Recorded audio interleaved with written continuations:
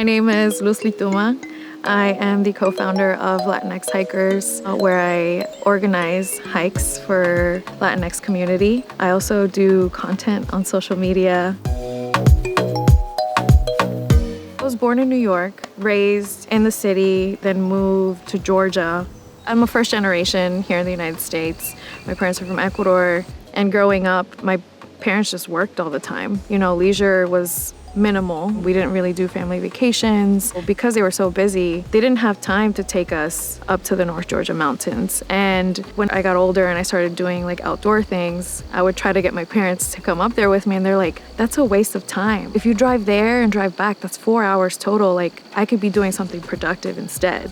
So it's just like also the mentality portion of it. It's not productive, so why am I gonna do it?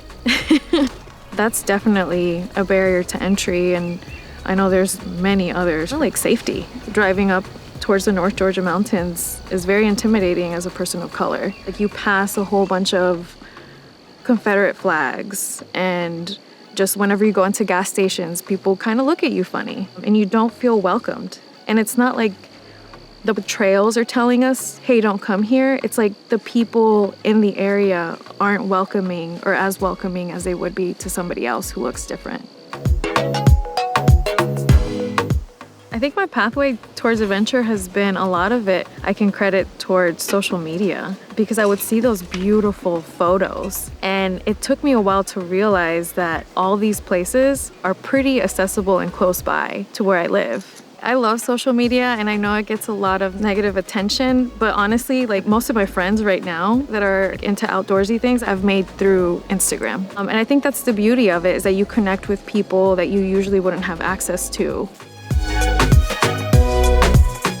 A lot of the old school way of enjoying the outdoors has been like silence and bliss, right? And I can see why people get turned off when they see like people taking photos or like taking selfies and stuff. I know I personally, whenever I get to a summit or whenever I get to like a really cool view, I check to see if I have signal and I FaceTime my parents. It's a moment that I wish I was sharing with them in real life, where I know they can't join me at the moment.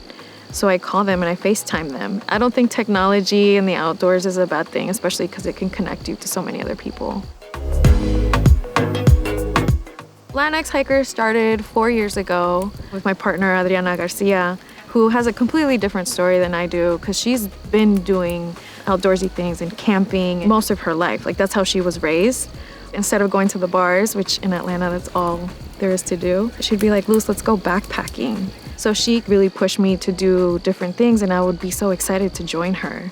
We'd have long conversations while we were going up to North Georgia. We'd talk about how good it is for our mental health to be outside, like all these amazing conversations. And so finally, in 2017, we had planned a trip with a group of 6 of us, done some research about this beautiful place called Havasupai Falls.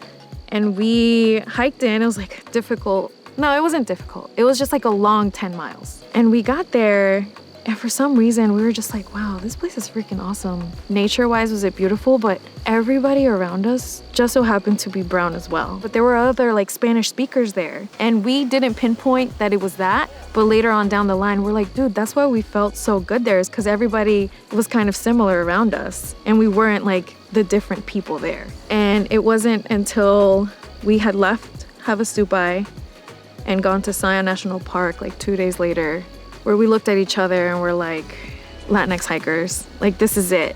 That's where the Latinxhikers was born, in Zion National Park.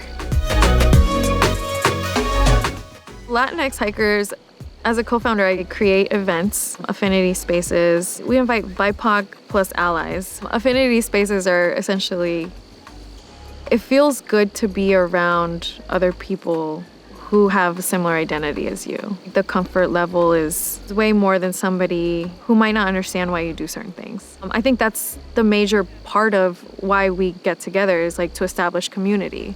Most people who come to our hikes come alone. And it's like because a lot of people don't have friends who like to do the same thing as them. Other people who come out are people who are too scared to do it alone and don't know anybody. And other people who want to establish connections with others, you know? And that's the beauty of Latinx hikers, is like you get to meet such awesome friends. I hosted an event in Yellowstone, so I tried to get funding for it, and I had to like pull tooth and nail because I wanted to work with my friend who's an amazing BIPOC educator. It was really hard to make it happen because I didn't have any funding. A lot of the stuff that I do does come out of pocket.